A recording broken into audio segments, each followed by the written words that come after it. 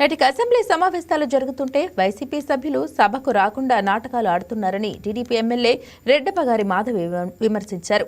ప్రభుత్వం చేస్తున్న దాంట్లో ఏమైనా తప్పులుంటే ప్రశ్నించి ప్రభుత్వాన్ని సక్రమ మార్గంలో పెట్టాలనే ఆలోచన వైసీపీకి లేదని మీడియా పాయింట్ దగ్గర అన్నారు. తమ తప్పుల్ని కప్పిపుచ్చుకోవడానికి వైసీపీ నేతలు డైవర్షన్ గేమ్ ఆడుతున్నారని రెడ్డప్పగారి మాధవి ఆరోపించారు. ఈరోజు ఈ శాసనసభ సమావేశాల్లో బడ్జెట్ని ప్రవేశపెట్టడం జరిగింది. ఈ బడ్జెట్ ద్వారా భవిష్యత్తులో మన రాష్ట్రం యొక్క పురోగతిని అలాగనే భవిష్యత్ తరాలకు రాష్ట్రాన్ని ఎట్లాగా తయారు చేయాలా, యువకులకు కానీ రైతులకు కానీ అనేక వర్గాలని ఎలా సుభిక్షం చేయాలనే విధంగా ఈ బడ్జెట్ని ప్రవేశపెట్టడం జరిగింది. ఇందులో భాగంగా 2047 లక్ష్యాలను చేరుకునే విధంగా బడ్జెట్ని ప్రవేశపెట్టడం జరిగింది.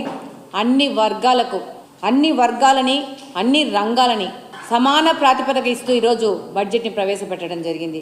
బడ్జెట్ సమావేశాలు జరుగుతూ ఉంటే వైకాపా నాయకులు బడ్జెట్లోకి రాకుండా, బడ్జెట్లో డిస్కషన్ చేయకుండా, వాళ్ళ ప్రాంతాల్లో వాళ్ళ ప్రజల ఆశలను బడ్జెట్లో వాళ్ళు డిమాండ్ చేయకోకుండా, వాళ్ళ ప్రాంతాల్లో అభివృద్ధి కార్యక్రమాలలో పాలు పంచుకోకుండా, రాష్ట్ర అభివృద్ధిలో పాలు పంచుకోకుండా ఈరోజు ప్రభుత్వం చేస్తున్న దాంట్లో ఏవైనా తప్పులుంటే ఎతికి ప్రశ్నించి ప్రభుత్వాన్ని సక్రమ మార్గంలో పెట్టాలనే ఆలోచన లేకుండా ఈరోజు శాసనసభకు రారు, శాసన మండలిలో రచ్చ చేస్తా ఉన్నారు. అంతా ఈ రాజకీయ పార్టీ అంత రాజకీయంగానే చూస్తోంది తప్పితే మన రాష్ట్ర భవిష్యత్తు ఏంటి, భవిష్యత్తు తరాలకి రాష్ట్రాన్ని ఎలా తయారు చేసి దేశంలోనే పోటీతత్వంలో రాష్ట్రాన్ని ఎలా తీసుకుపోవాలని దాని మీద ఏ విధమైన అవగాహన లేకుండా గత 5 సంవత్సరాలు దాదాపు రాష్ట్రాన్ని జీవత్సం చేసి ఈ 5 సంవత్సరాలు ఆ పార్టీకి చెంది గెలిచిన కొంతమంది అంటే 11 మంది కూడా దాంట్లో పాలు పంచుకోకుండా అదే యొక్క విధ్వంసంలో ముందుకెళ్తా ఉన్నారు. దీన్ని